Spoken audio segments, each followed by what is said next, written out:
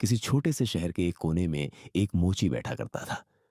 वह स्टेशन के बाहर अपना छोटा सा ठेला लगाकर लोगों के फटे जूते चप्पल सिलता और पॉलिश करता था।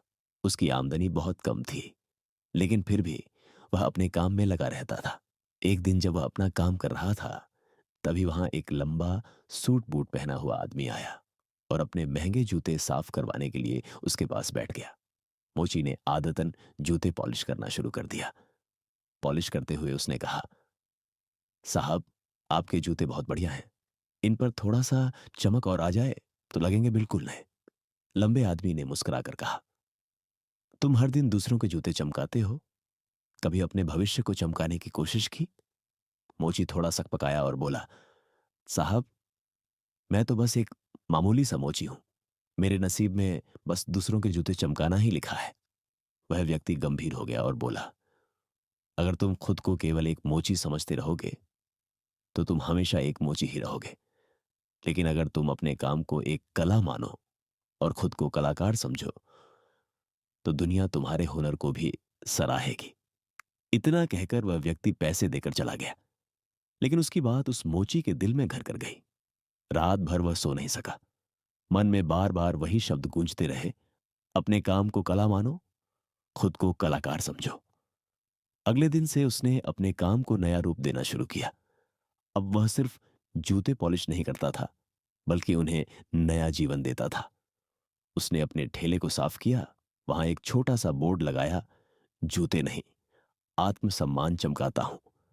अब वह हर ग्राहक के साथ बात करता, मुस्कुराकर स्वागत करता और काम को ऐसे करता जैसे वह किसी की तस्वीर बना रहा हो। धीरे धीरे लोग उसे जानने लगे। वह अब अपने क्षेत्र में मशहूर हो गया। एक दिन वही लंबा आदमी फिर से स्टेशन पर आया और उसी मोची के पास पहुंचा। लेकिन इस बार वह ठेला देखकर हैरान रह गया। वह बोला, यह सब क्या है? क्या तुम वही मोची हो जिससे मैं कुछ महीने पहले मिला था? मोची मुस्कुराकर बोला, जी साहब, मैं वही हूं। लेकिन अब मैं सिर्फ मोची नहीं, एक कलाकार हूं। आपने मुझे जो बात उस दिन कही थी, उसने मेरी जिंदगी बदल दी। लंबे व्यक्ति ने कहा, वाह, तो अब तुम समझ गए कि काम कोई भी छोटा नहीं होता, बस सोच बड़ी होनी चाहिए। मोची बोला, बिल्कुल साहब, आपने मुझे यह समझाया कि जब तक मैं खुद को छोटा समझता रहा, मैं छोटा ही बना रहा। लेकिन जैसे ही मैंने खुद को बड़ा सोचना शुरू किया, मेरी दुनिया बदल गई। आज वह मोची स्टेशन का एक जाना माना नाम बन चुका था। उसने एक छोटी सी वर्कशॉप भी खोल ली थी, जहां कुछ और लोग उसके साथ काम करने लगे थे। अब वह न सिर्फ अपना, बल्कि औरों का भी जीवन संवार रहा था। अगर हम अपने काम को छोटा समझेंगे, तो वह हमें कभी बड़ा नहीं बनाएगा। जब हम अपने काम में गर्व महसूस करने लगते हैं और खुद को छोटा नहीं, काबिल समझने लगते हैं, तभी हमारी सोच हमारे भविष्य को आकार देती है।